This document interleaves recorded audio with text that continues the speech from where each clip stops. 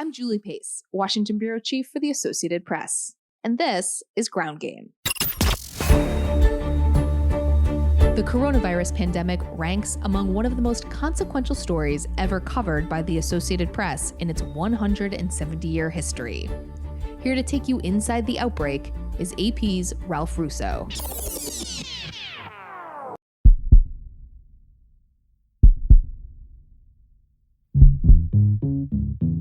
From the Associated Press, this is Inside the Outbreak. I'm Ralph Russo. Today is Monday, May 4th.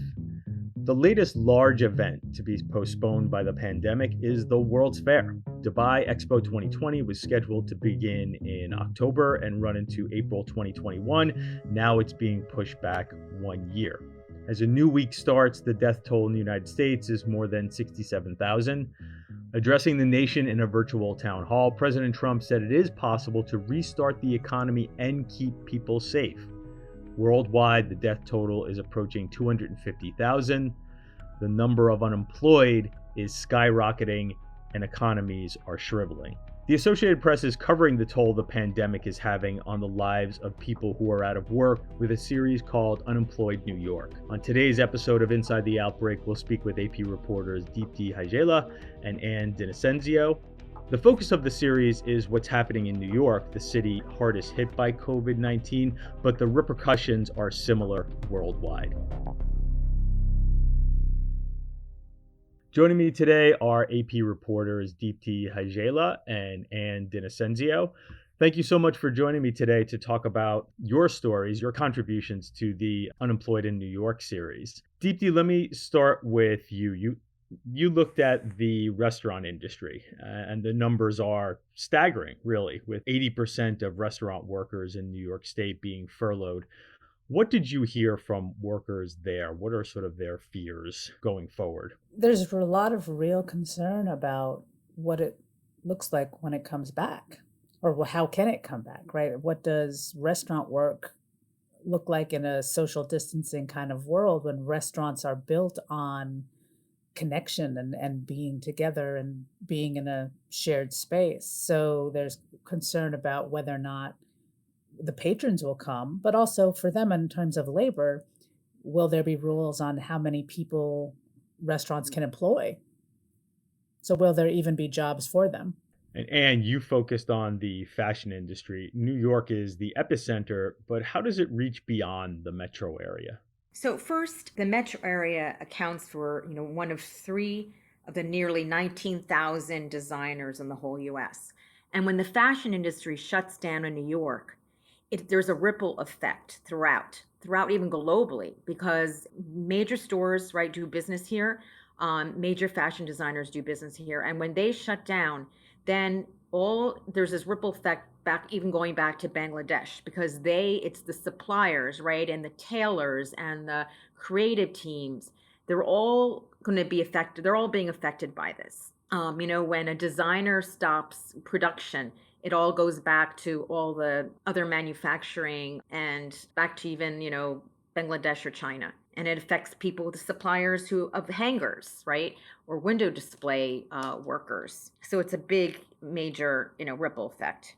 Deepti, let me go back to you. How does unemployment work for restaurant workers? So many of them, as I mentioned in that statistic, 80% are furloughed. Well, I imagine the reason why that word furloughed gets used is these are people working in jobs that are not necessarily considered full-time jobs. They're almost like, gig economy workers to a certain degree. So how does unemployment work for them? Well, the people I spoke with had both applied. They had both been told by their workplaces that the workplaces were shutting down and that they should file for unemployment. The one unemployed server that I spoke with, that's basically what happened, is that when her restaurant closed, she got a call from her manager saying that everybody would need to file for unemployment. And she did the next day. We talked about what that looked like, and she said there was, you have to apply, and in part of the application process, kind of talk about the reasons and the circumstances that led you to filing. And there was for some kind of language that made it clear that, right, there is a kind of a shutdown or just kind of a larger situation than just her particular restaurant or, losing a job in that way. So she applied for it. Again, I heard the stories from her and from other people the same of everything takes longer.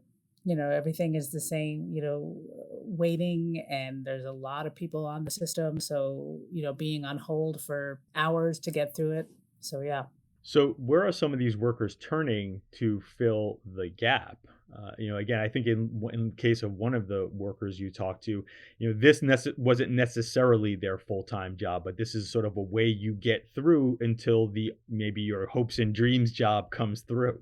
Well, the waitress who I had spoken to, for her, restaurant work had always been the reliable thing she could do to kind of pay the bills as she was kind of exploring what else drove her. So for her, it was her full-time job in terms of that's how she made most of her money. But right, it definitely was something that she was relying on to provide that foundation to give her the space and the flexibility to explore the other things she was passionate about. She was passionate about writing. She was passionate about communications. She got her yoga certification, so she'd been looking into that. And now she's relying, since the restaurant work isn't there, right? So she's been teaching a little bit, some yoga one-on-one online, and she's trying to look at it as, okay, right, this is maybe if the restaurant work isn't there, then right, it is the time to go full into these other things I'm interested in. But again, it was definitely a foundation that's been shaken. And to you on the fashion industry, you do get people, creative people who are coming into that line of work with more sort of aspirational view of where they're heading. Was there a sense that the future of this industry will limit those opportunities? Well, before the pandemic, the fashion industry was already contracting. There were a lot of small little designers that were being squeezed out by the big conglomerates like the LVMHs and the Gucci's. And big stores were starting to close, like the Henry Bendel and those kinds of stores that supported the designers.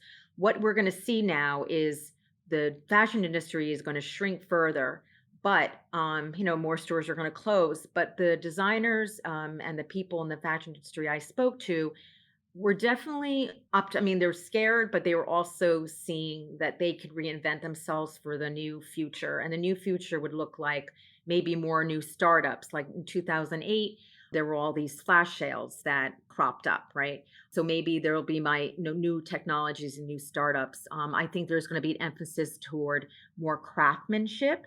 And I think there's going to be an emphasis in maybe bringing back some of those production jobs coming from China to here to maybe oversee better the design. So I think, in short, you'll see the fashion industry contracting, but I think you'll see new kinds of jobs that will crop up. So in the news, J. Crew just filed for bankruptcy.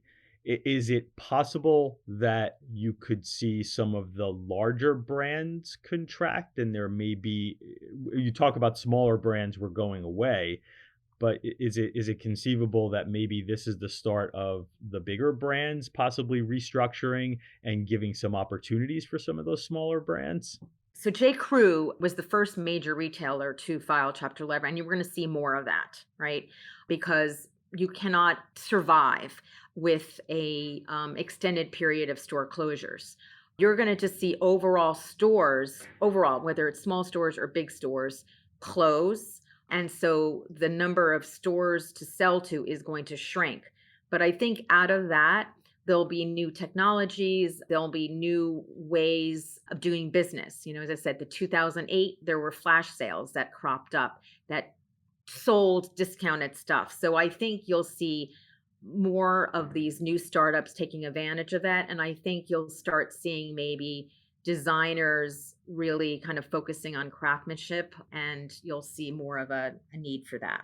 Deepti, talking about the idea of businesses sort of changing their business models or how they're getting their products out, so to speak. So you had focused on restaurant workers, and obviously there will be fewer of them. But is there some optimism within the restaurant industry in general, people who run restaurants, that they will still be able to be vital and prosperous, but maybe with a different business model? I think there's definitely an intention to continue and to be part of New York, especially in a place like New York City, which has has always had such a vibrant restaurant culture.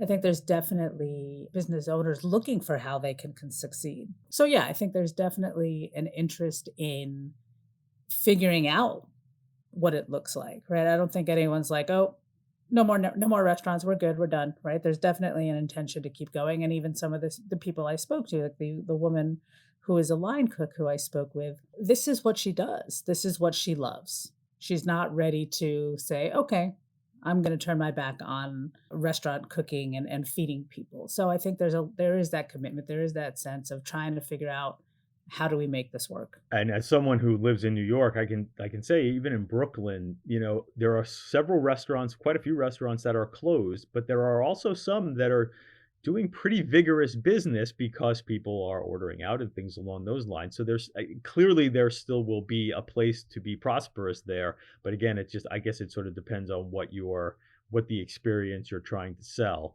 And let me go to you on this one, because I found an interesting theme in your story is some of the workers that you talk to in the fashion industry seem to be pondering how essential they are. And maybe this pandemic and the shutdown of many part of their industry was giving them different perspectives of their essentialness. Yeah, it's interesting. A lot of the fashion designers and people in the fashion industry right now are designing masks. They're doing that kind of thing, and supplies. I mean, there's one woman who I spoke to who is a salesperson, oversaw a Chinese factory that specialized in dresses.